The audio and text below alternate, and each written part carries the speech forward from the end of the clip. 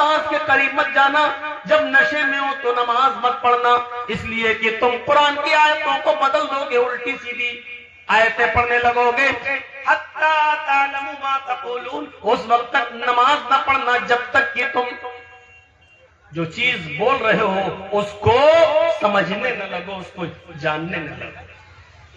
कुरान की इस आयत ने सहाबा को झंझोड़ दिया, या अल्लाह, क्या शराब पी और नमाज का वक्त निकल जाए, नशे में मैं आ जाऊं और नमाज का वक्त निकल जाए?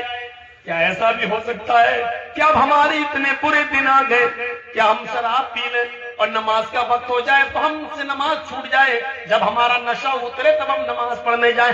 इससे बेहतर है कि नमाज पढ़ा जाए और शराब ही न पी जाए।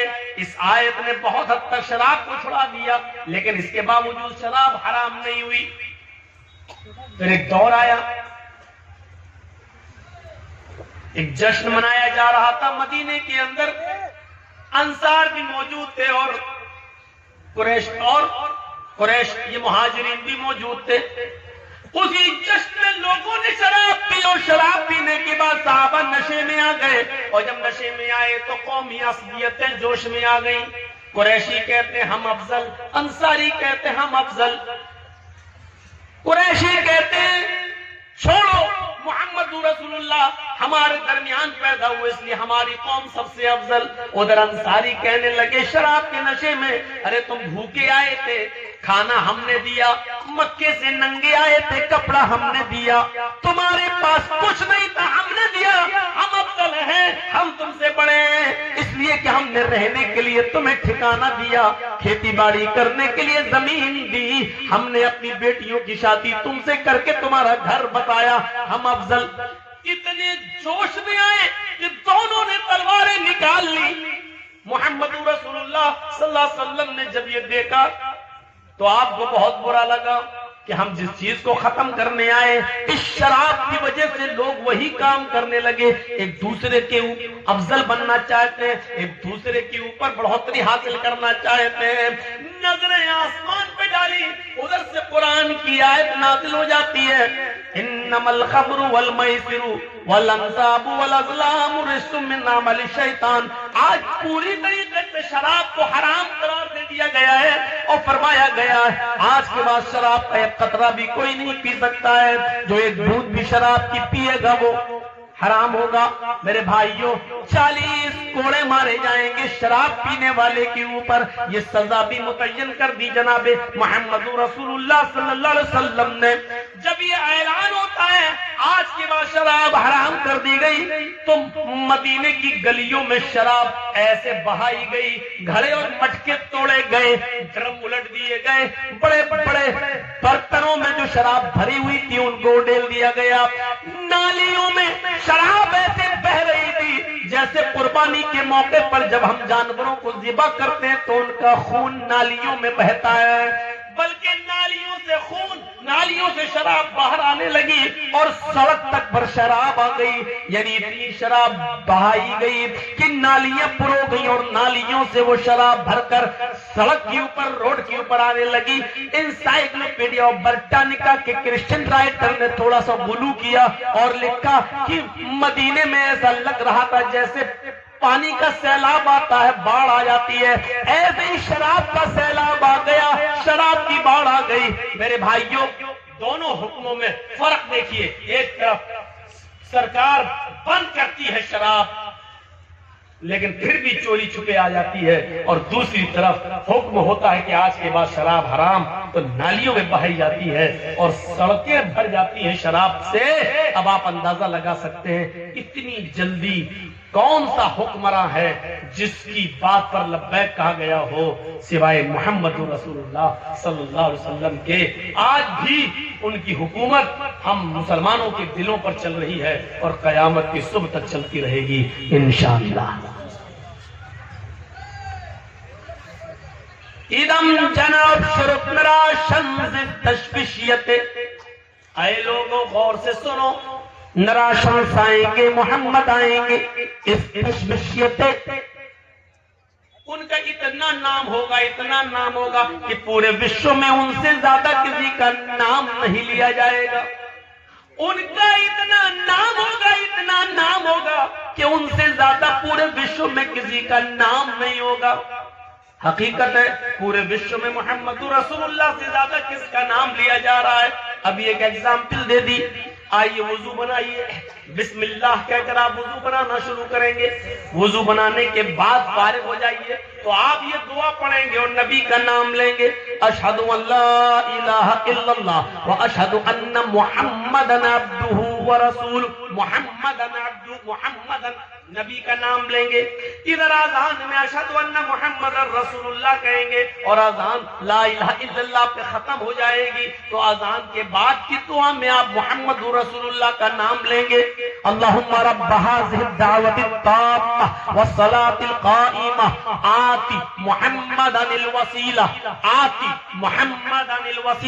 वल फजीला। मोहम्मद रसूलुल्लाह का नाम आप आ रहा है, देख लीजिए आप हर जगह नबी का नाम और इतना ज्यादा नाम लिया जा रहा है कि पूरे विश्व में मोहम्मद रसूलुल्लाह से ज्यादा किसी का नाम नहीं लिया जा रहा है। षष्टिम सहस्त्रा नवीतम च कौरम अरुष्मेधु ददमहे। षष्टिम 60, सहस्त्र 1000। मीनिंग देखिए एक एक चीज की।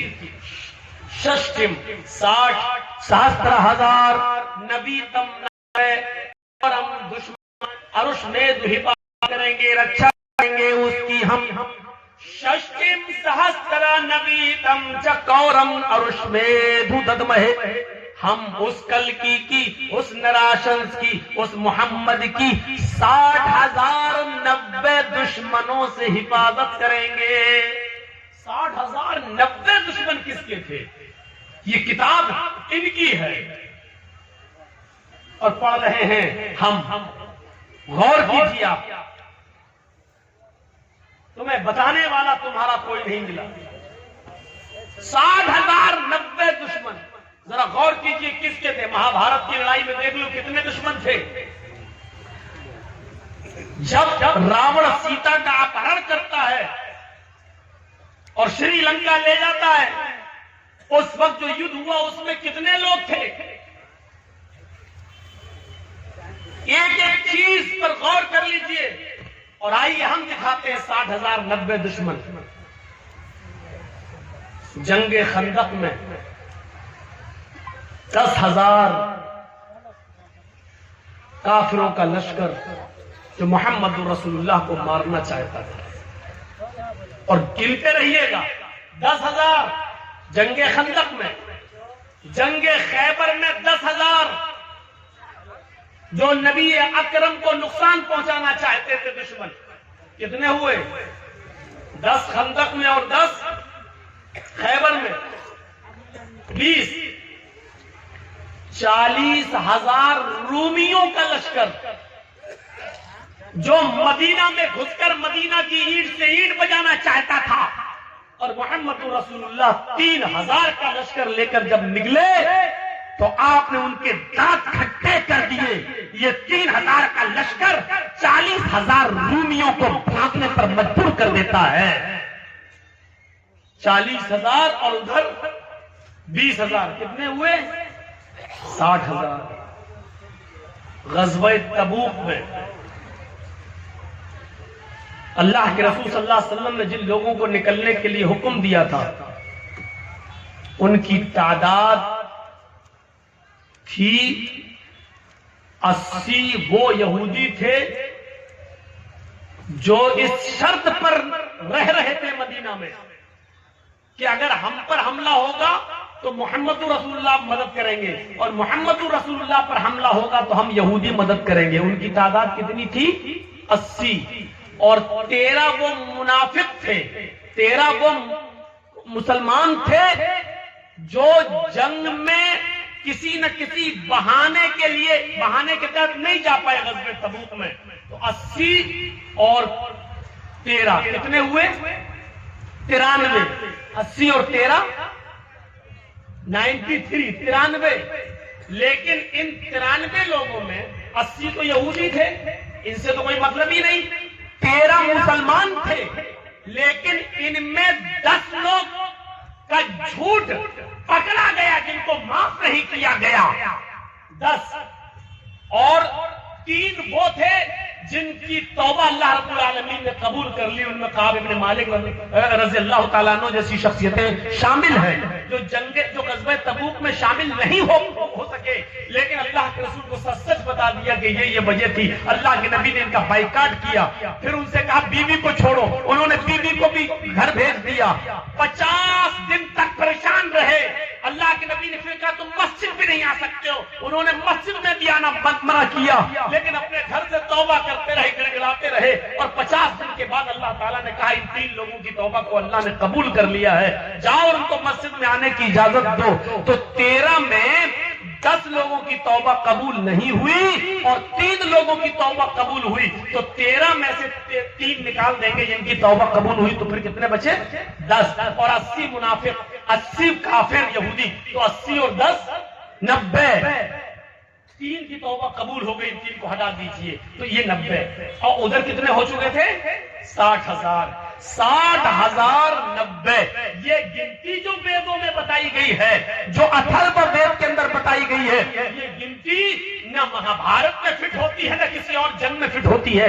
ये गिनती टोटल के 60,090 शत्रु, 60,090 दुश्मन सिर्फ मोहम्मद रसूलुल्लाह सल्लल्लाहु अलैहि वसल्लम के थे, जिनसे अल्लाह रब्बुल आलमीन ने मोहम्मद रसूलुल्लाह की हिफाजत फरमाई।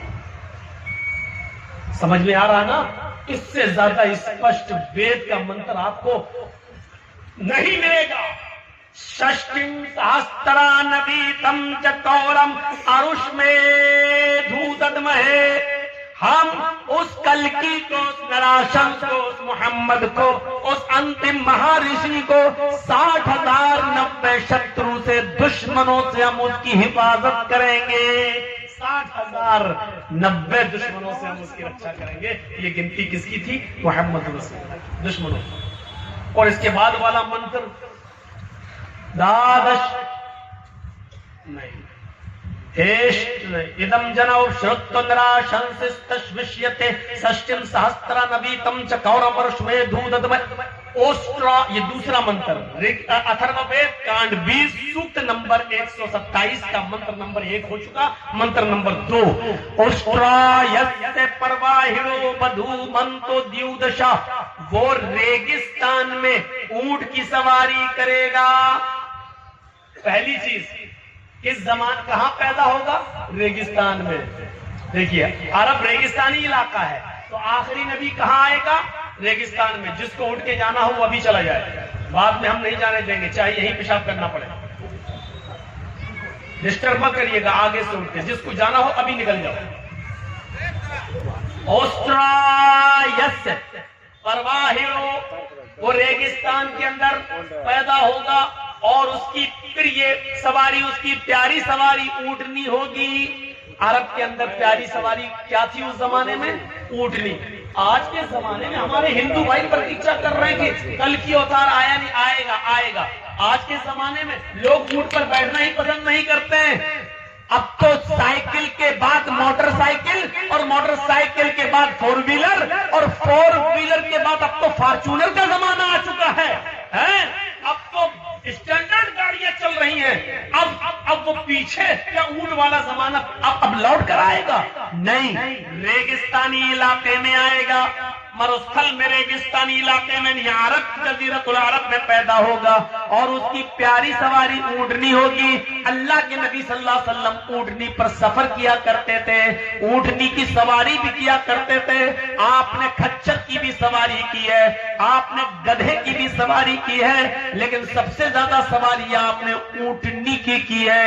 यहाँ तक कि जब आपने आखिरी खुतबा दिया, खुतबा हज्जतुल विदा, तो उस मौके पर भी आपके पास एक ऊँटनी थी जिसका नाम कस्बा था।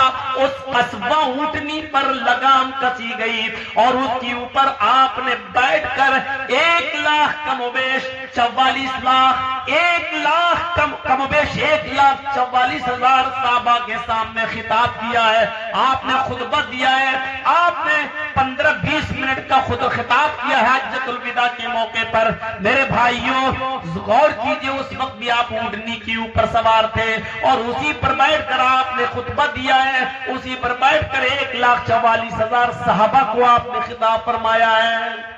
तो ऊँटनी आपकी प्यारी सवारी थी। वो रेगिस्तानी इलाके में ऊँटनी की सवारी करेगा, आपकी प्यारी सवारी ऊँटनी थी। बधू मन तो दिऊ दशा, बधू बहू यहाँ बीवी पत्नी के माना में, उसकी पत्नियों की तादाद संख्या होगी, उसकी कई पत्नियां होंगी, उनकी संख्या होगी दिऊ दशा। बधू मन तो दिऊ दशा, दिऊ मानी 2 और दशा मानी 10, दिऊ दशा 2 10, 2 + 10 दिऊ दशा। उसकी पत्नियों की गिनती होगी, संख्या होगी 2 और 10, कितनी हो गई? 12। मोहम्मदुर रसूलुल्लाह ने 11 औरतों से निकाह किया था। आपकी जिंदगी में आपकी बीवियों की तादाद 11 थी, लेकिन मुक़ौक़िस के बादशाह ने 2 लड़कियां 2 लौंडियां तोहफे में भेजी थी मोहम्मद रसूलुल्लाह को कि आप इनको ले लीजिए। एक का नाम था सीरीन और एक का नाम था मारिया क़िब्तिया।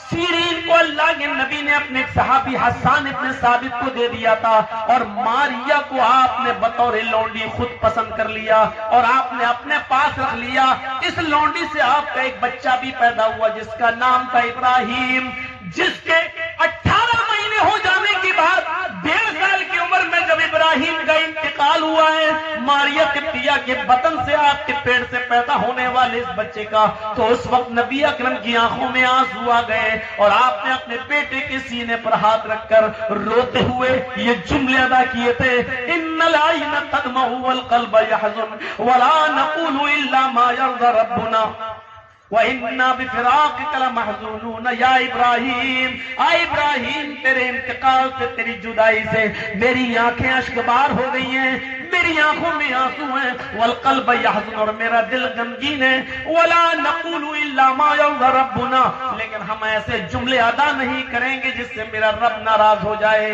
हम अपनी ज़बान से ऐसे जुमले अदा नहीं करेंगे जिससे मेरा मौला, मेरा परवरदिगार नाराज हो जाए। वइन्ना बिफ़िराक़िका लमहज़ूनून, हाँ हम तुम्हारी जुदाई से,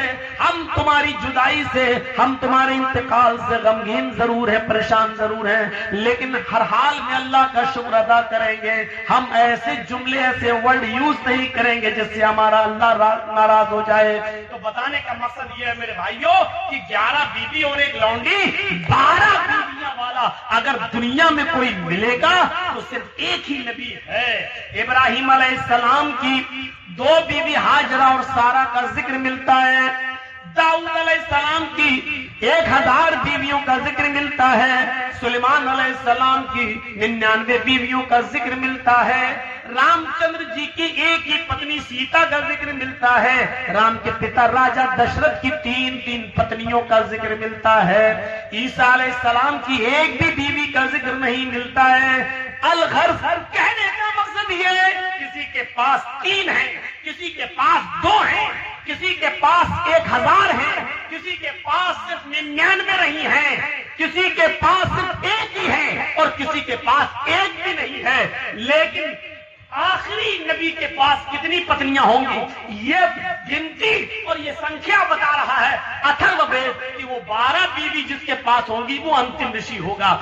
12 पत्नियों की देख रेख जो करेगा और जिसकी जेरे निगरानी 12 पत्नियां होंगी, जिसका निरीक्षण जो कर रहा होगा वो आखिरी नबी होगा। तब आखिरी नबी के पास 12 बीवी होंगी, तो 12 बीवियों वाला जब आखिरी नबी होगा तो वो नबी हमारे पास है और हम आपको दे रहे हैं, आप लेने से इनकार कर रहे हैं। 12 बीवियां अगर किसी के पास थी तो वो हस्ती थी मोहम्मद रसूलुल्लाह सल्लल्लाहु अलैहि वसल्लम।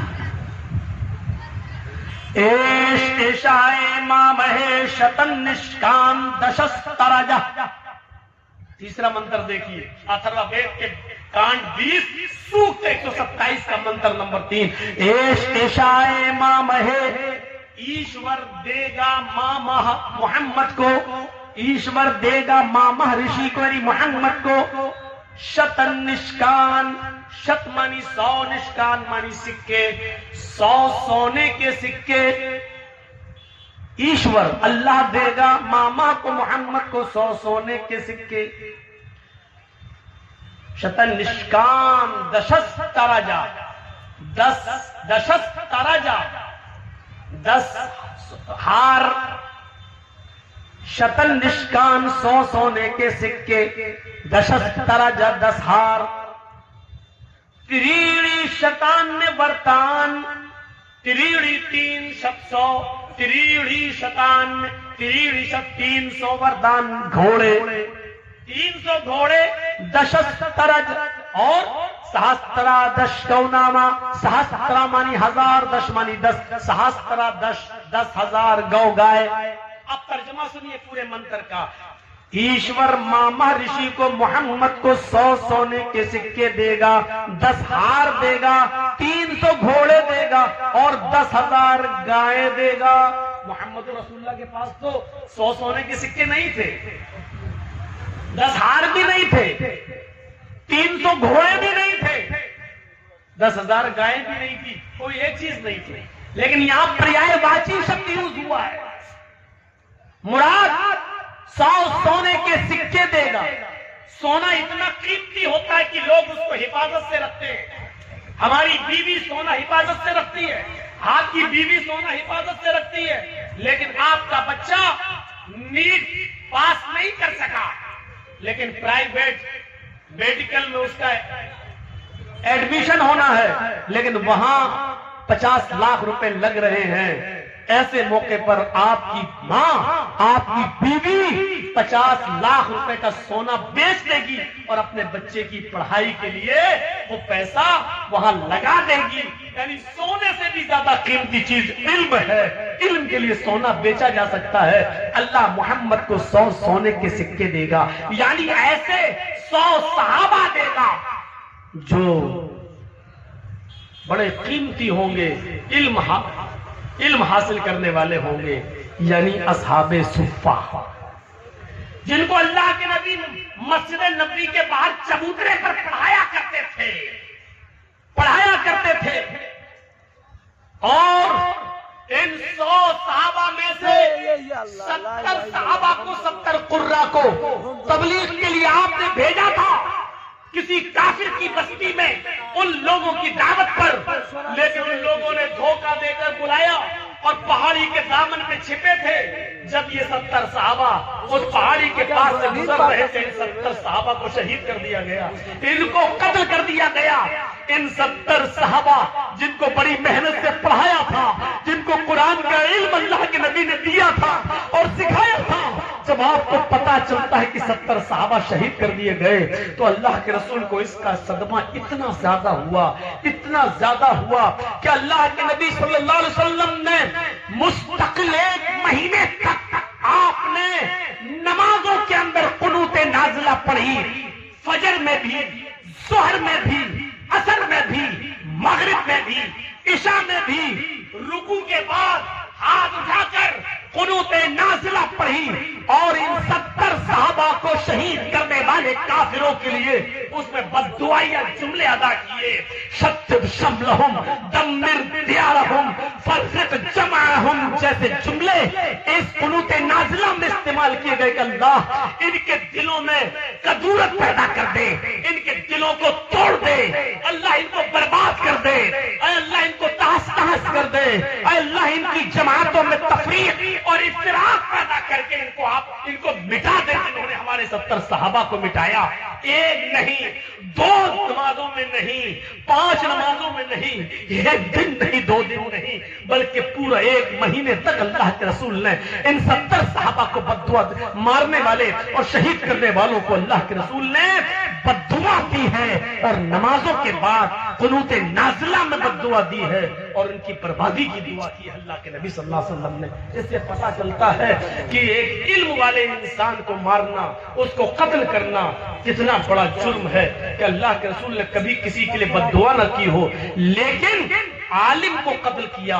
उन 70 सहाबा जो कुर्रा थे, जिनका लक़ब कुर्रा था, जिनको कारी कहा जाता था, जब उनको कत्ल किया गया तो अल्लाह के रसूल ने 1 महीने तक उनके लिए बद्दुआ की। इन मदरसों के पढ़ने वाले बच्चों की कद्र करो, पढ़ाने वाले मदरसे में असातिज़ा की कद्र करो।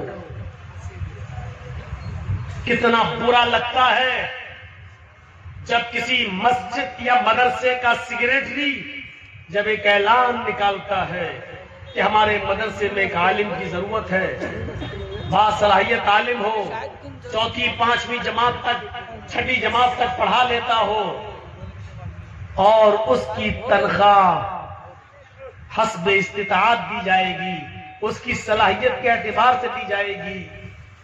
5,000 से लेकर 12,000 रुपए तक उसकी तनख्वाह होगी।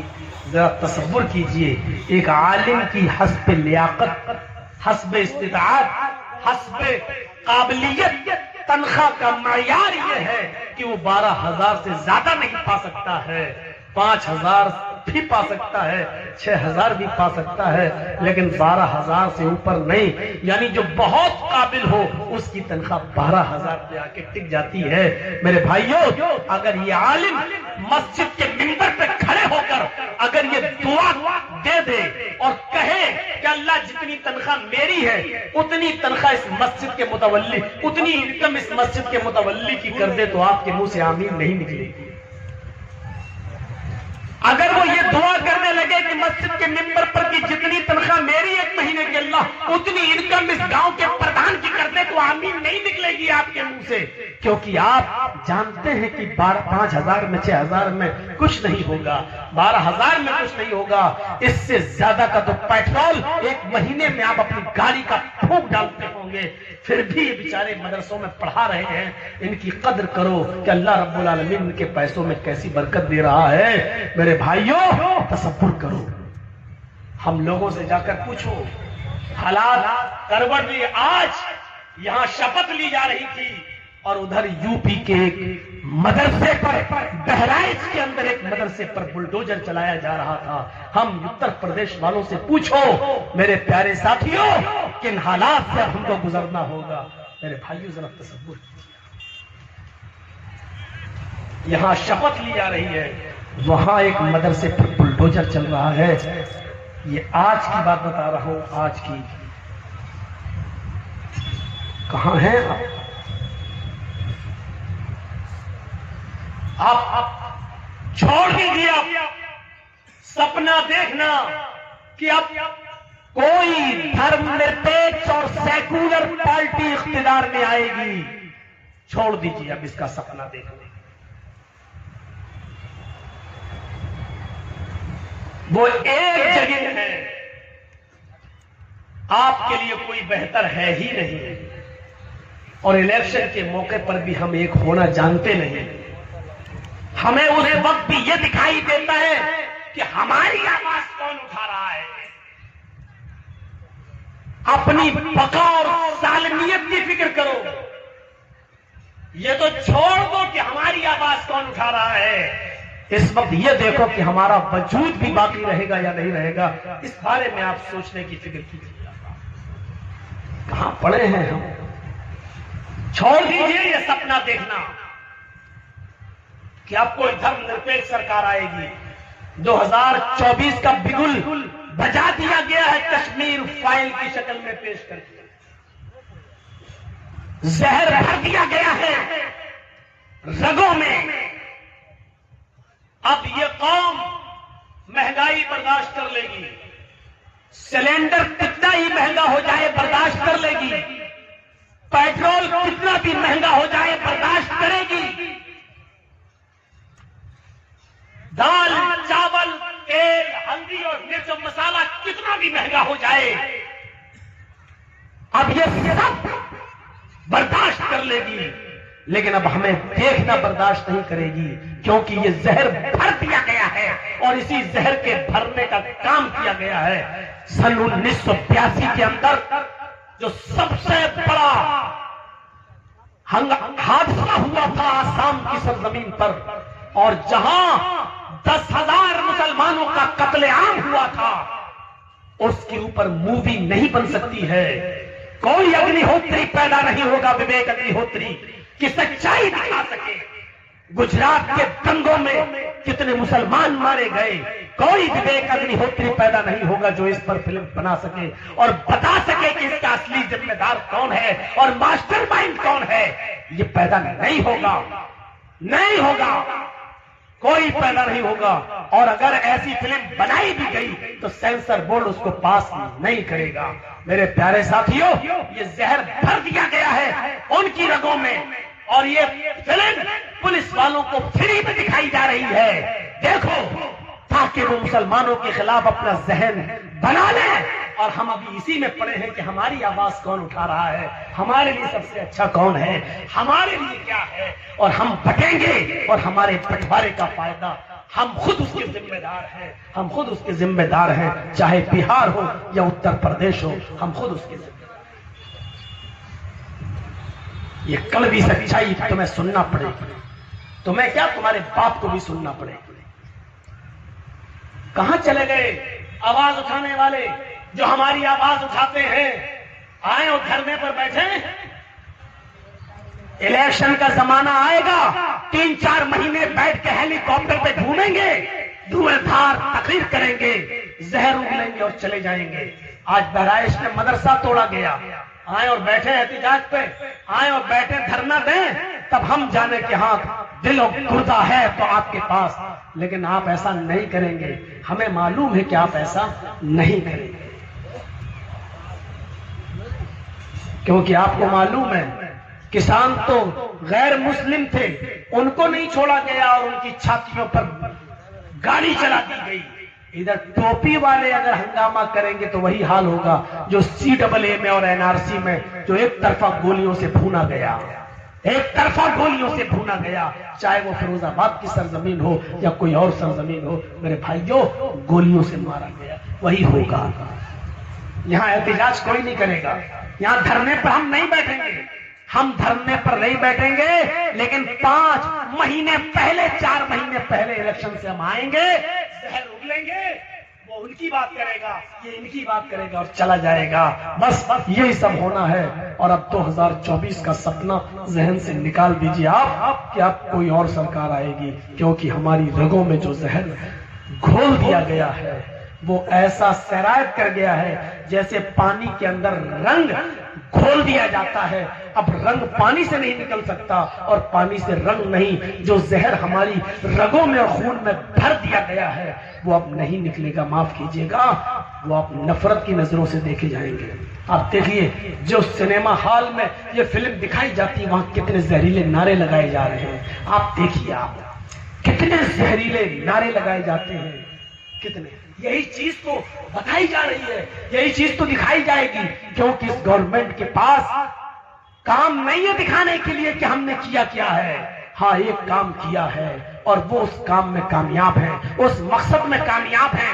वो महंगाई करके भी कामयाब है, वो देश बेचकर भी कामयाब है। और कामयाब क्या है कि उन्होंने अपनी टीम को, उन्होंने अपनी पार्टी को, उन्होंने अपने वोटर्स को एक प्लेटफॉर्म पे कर लिया है। हमारे खिलाफ उन्होंने एक महाज बना लिया, एक प्लेटफॉर्म बना लिया है, लेकिन हम एक प्लेटफॉर्म पर नहीं आ पाएंगे, कभी नहीं आ पाएंगे। जिस मुसलमान के वोट की कीमत 1000 रुपए हो और जो 1000 रुपए में अपना वोट बेच देता हो, जहां 1000 मिले और कहा फला जगह दे दो वहां दे देता हो, जो आदमी एक छोटे से कुत्ते से भी ज्यादा जिसके वोट की कीमत हो, जो जिसका जमीर भी जाता हो, मेरे भाइयों, उन मुसलमानों से कोई उम्मीदें नहीं लगाई जा सकती हैं। हमें ये दिन देखना पड़ेंगे और इसके जिम्मेदार हम खुद होंगे। 100 सोने के सिक्कों से मुराद 100 सहाबा। वो जो असहाबे सुफ्फा थे, जो पढ़ते लिखते थे। गर्म पानी हो कहीं से चाय वाई की दुकान से मिल जाए, जब लंबा सफर हो गया इसलिए।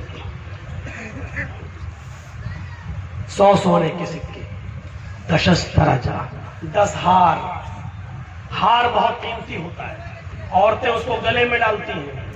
गले में डालने का मतलब क्या होता है?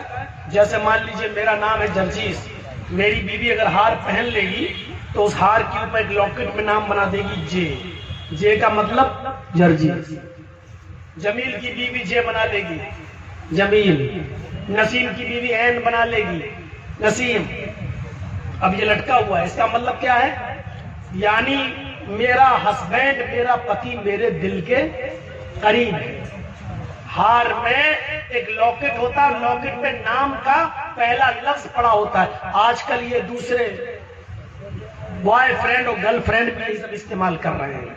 शादी से पहले लड़के और लड़कियां एक दूसरे के नाम का लॉकेट इस्तेमाल कर रहे हैं, जो सरासर गलत है। तो मतलब क्या होता है? दिल के करीब। तो हार चूंकि दिल के करीब होता है तो 10 हार देगा, मतलब ऐसे 10 सहाबा अल्लाह ताला नबी को देगा जो दिल के बहुत करीब होंगे। हकीकत में अल्लाह के नबी के 10 सहाबा दिल के बहुत करीब थे, और इतने करीब थे, इतने करीब थे, इतने करीब थे कि अल्लाह के नबी ने उनको 10 सहाबा को इसी दुनिया में, अपनी हयात तैयबा में, अपनी हयात मुबारका में आपने उनको जन्नत की बशारत दी थी एक एक करके। अबू बकर फिल जन्ना, अबू बकर तुम जन्नत में जाओगे, उमर तुम जन्नत में जाओगे, उस्मान तुम जन्नत में जाओगे, अली तुम जन्नत में जाओगे, सआद तुम जन्नत में जाओगे, सईद तुम जन्नत में जाओगे, अबू उबैदा इब्न अल जर्राह तुम जन्नत में जाओगे। एक एक करके अल्लाह के रसूल ने 10 सहाबा को जन्नत की बशारत दी थी। इतने करीब थे वो दिल के, इसी दुनिया में अल्लाह के नबी उनको जन्नत की बशारत देकर चले गए। उनकी गिनती कितनी थी? 10 अशरे मुबश्शरा, 10 सहाबा जिनको बशारत दी गई थी। 100 असहाबे सुफ्फा, 10 सहाबा, अशरे मुबश्शरा, 100 सोने के सिक्के और 10 हार हो गया। त्रिउड़ी शतान वर्तान, 300 घोड़े। जंगे बदर में लड़ने वाले 313 सहाबे किराम की तरफ इशारा है। चूंकि घोड़ा मैदान जंग में लड़ा जाता है, अल्लाह मोहम्मद को 300 ऐसे घुड़सवार देगा जो अपनी जान की परवाह किए बगैर मैदान जंग में कूद जाएंगे। उनकी तादाद कितनी थी? 313। अल्लाह दे लगभग 300 घोड़े देगा, तो लगभग में कम और ज्यादा हो जाता है। तो मेरे भाइयों, 300 घोड़ों से मुराद जंगे बदर में लड़ने वाले 313 सहाबा, जिन्होंने अपनी जान की परवाह नहीं की और नबी अकरम के इशारे पर वो मैदान जंग में कूद गए। इतना लड़े कि पूरी की पूरी जंग को जब तक फतह में और कामयाबी में नहीं बदल दिया, रुकने का नाम नहीं लिया। ये पहली जंग थी जो अहले ईमान और काफिरों के दरमियान हुई थी, और इसमें 313 सिर्फ सहाबा और 1000 से ज्यादा काफिर। इसके बावजूद इन 313 सहाबा को जो मदद मिली है, 70 काफिर मारे जाते हैं और 70 ही गिरफ्तार कर लिए जाते हैं, और मुसलमानों में सहाबा में सिर्फ 14 सहाबा शहीद होते हैं। ये शानदार फतह नबी अकरम सल्लल्लाहु अलैहि वसल्लम को हासिल होती है। इनकी तादाद 313 थी। अल्लाह 300 अरबी घोड़े देगा, यानी 313 सहाबा। सहस्त्रा 10,000 गौ, 10,000 गाय। 10,000 गाय से मुराद 10,000 वो सहाबा। गाय चूंकि बहुत सीधा जानवर होती है, कभी कभी शरीफ आदमी की मिसाल दी जाती है, अच्छा वो, अरे वो तो बिल्कुल गाय है, वो तो बिल्कुल गाय है। तो गाय शराफत और संजीदगी की मिसाल दी जाती है, तो गाय का लफ्ज इस्तेमाल किया जाता है। अरे वो तो बिल्कुल गाय है, गाय बहुत सीधा है, अरे उसको तो बिल्कुल गाय समझो, यानी गाय की तरह सीधा। तो गाय की तरह सीधे सहाबा, यानी इतने सीधे थे कि 10,000 सहाबा जब मक्का फतह हुआ तो फातिहाना दाखिला हुआ। अल्लाह के नबी ने सबसे पहले खाने काबा को बुतों से पाक और साफ किया। 360 बुतों को आपने छड़ी से गिरा गिरा कर तोड़ दिया, और हर बुत को गिराते जाते थे और कहते जाते थे जा अल हक, वज़हक़ल बातिल इन्नल बातिल कान ज़हूक़ा, जाअल हक़ वज़हक़ल बातिल इन्नल बातिल कान ज़हूक़ा। हक़ आ गया और बातिल मिट गया, और बातिल को तो मिटना था। 10,000 सहाबा का जब मक्के में फातिहाना दाखिला हुआ तो सारे सहाबा चीख रहे थे कि अल्लाह के नबी, आज हम बदला लेंगे, हमें इन लोगों ने मक्के